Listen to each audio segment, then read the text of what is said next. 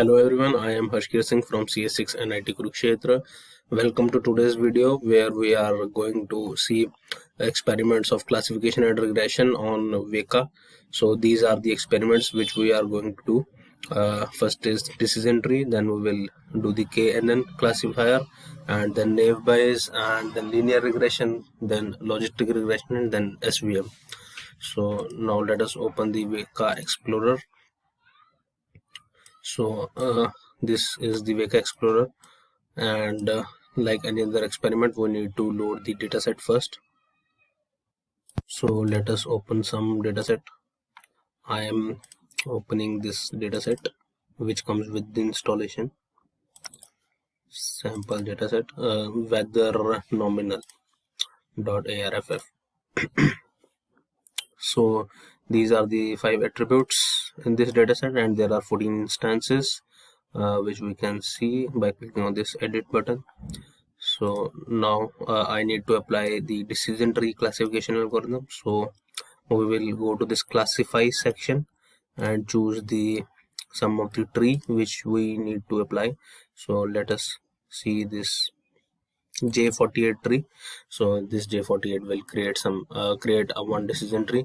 So this is the attribute, target attribute, basically the class, whether it is a good day to play or not. So out of these 5 attributes, this is the target attribute, right? So I am now starting this J48 algorithm. Various configurations we can change about this algorithm by clicking on this name J48, like batch size, binary splits are allowed or not, confidence factor, and various other parameters can be changed, right?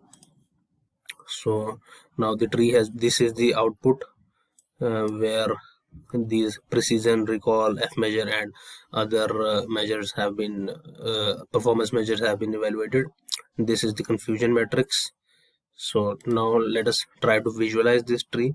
So by right clicking on this log fine in this result list section, we can click on this visualize tree option. Then this is the tree that has been formed.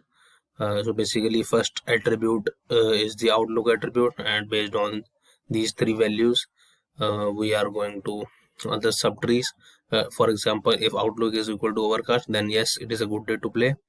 If it is sunny, then we will decide based on the humidity. Various other things also we can do. For example, we can visualize the margin curve. So this is the margin curve. Let me increase the jitter for better visualization. So basically in this window there are 2 parameters, basically the axis, which value you need to you want to take at which axis. For example, at X I am choosing this current, and for Y let me choose this margin. So accordingly you can see the results. Now let us move to the next algorithm, which is KNN. So let me change the data set, choose some bigger data set. Fine. So for example, I am choosing this breast cancer data set. After that I need to choose this classifier in this classify section by choosing. So I know that KNN is the lazy algorithm because it do not create any model, do not perform any learning. It simply tries to remember the instances, and on the runtime when some new instance is given and we need to classify that instance, we find the K nearest neighbors. So by this intuition this will be present in this lazy folder. So this is IBK, instance based learning. So by hovering over it we can see that KNN is being shown. So after that this name has been shown here. So we can click on this field and choose the value of K in this KNN. It is by default 1. We can choose, let us choose it to be 3, and batch size we can let's say choose 90, and various other things we can do. For example, this nearest neighbor search algorithm by default is linear NN search. Fine. By clicking on choose, there are various other also options also available, and by clicking on this name this about section contains more information about it and we can choose distance function also. By default it is Euclidean distance has been selected, so let us choose. For example, I'm choosing this Minkowski distance, and measure performance, I am setting it to true because I need to see the performance. So all of the configurations has been changes have been properly done. So here is the target attribute which we can select, which is this class attribute only. So now I'm starting this algorithm. So this is the output. Like in decision tree also we got the this kind of output. So this is confusion matrix, this is precision recall and other things. So complete summary has been given.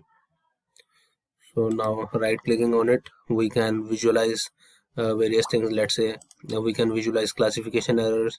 So on x-axis the prediction margin is there, and on y-axis predicted class is there. Let's say we can choose any attribute on any axis we want, and after that let us visualize a margin curve.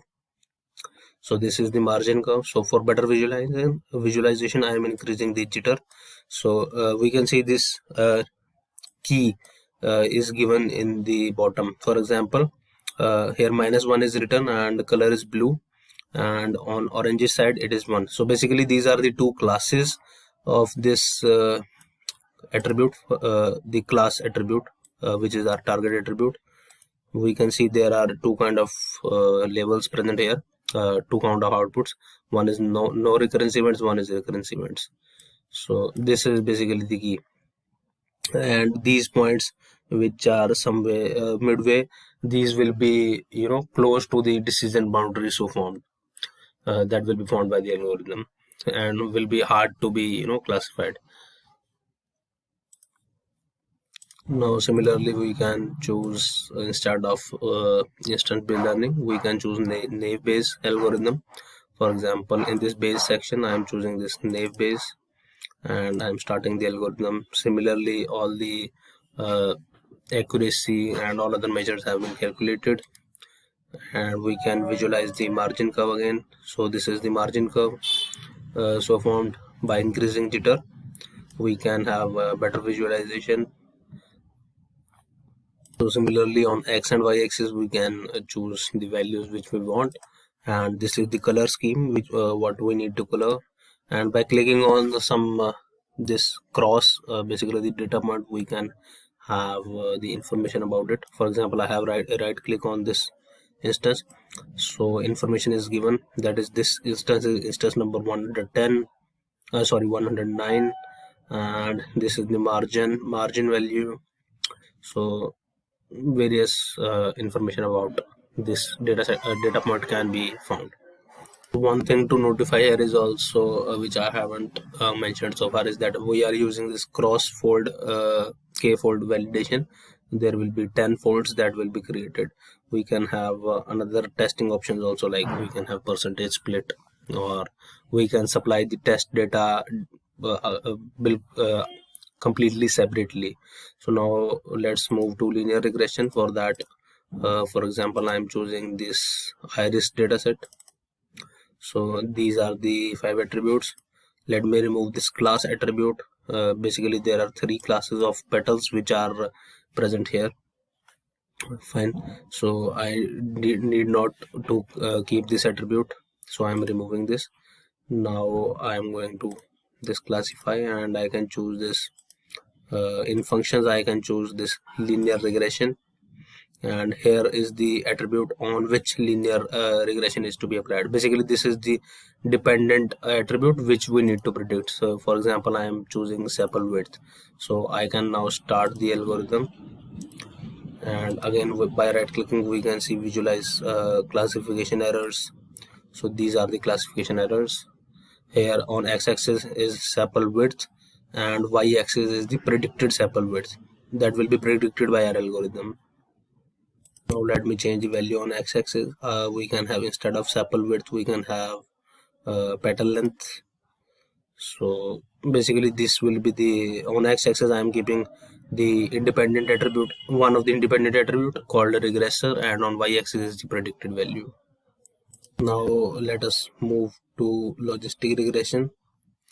So for logistic regression, again let me choose another dataset, or instead we can apply logistic regression on this same dataset only, but we need to undo and restore this class attribute so that we can have the class of the dataset, which category of petal it is. So now I'm going to classify a section, and I'm choosing this logistic regression, you can see here. So after that, let's say we can have 5 folds cross validation. Let us change for the sake of change. I'm starting this, and this is the complete summary which we have got. And we can by right clicking on this, we can have various visualizations like visualize classification error or margin curve. So let us try visualizing the margin curve. So this is the margin curve. Let me increase the jitter. So by increasing the jitter, we can have a better visualization. So the reason all the datasets are at 45 degree is because I have chosen both on both axes I have chosen the same value. Now let's try out SVM. For using SVM, we need to install the libsvm package from package manager. Under this tools section, we have this package manager. It will take few seconds to open. Yes, and we can choose the package we want to install, for example this AutoVika, and then we can click on install button. So similarly, I have searched for libsvm here and then clicked on install button to install that. So these all are the installed packages which are being shown. After that, in classifier section, libsvm will be visible, and we can choose this libsvm and start the algorithm. So again, we can have various visualizations. For example, this is the margin curve visualization. So let me increase the jitter again. So you can see here the blue points, and these are the orange colored points. So for this, let us also see the classifier errors. So these are the classifier errors. Let me increase the jitter so you can have better visualization. So yeah, by increasing the jitter, basically these data points were earlier very too close to each other. Now the spread has been bit increased. So here is the color key also written, like for iris setosa it's blue color, and for other two categories, one is red for iris versicolor and green for the third category. It's not only about this libsvm. Applying the SVM, we can have visualization from classifier for any of these algorithms which we have done today. For example, for this lazy, we can have this visualize classification errors, and we can choose appropriate or the required values at x and y axis. So let me change the jitter. So this red color are the recurrence events and blue color are no recurrence events, which are being shown here on the plot. And by this I conclude today's video, and see you next time.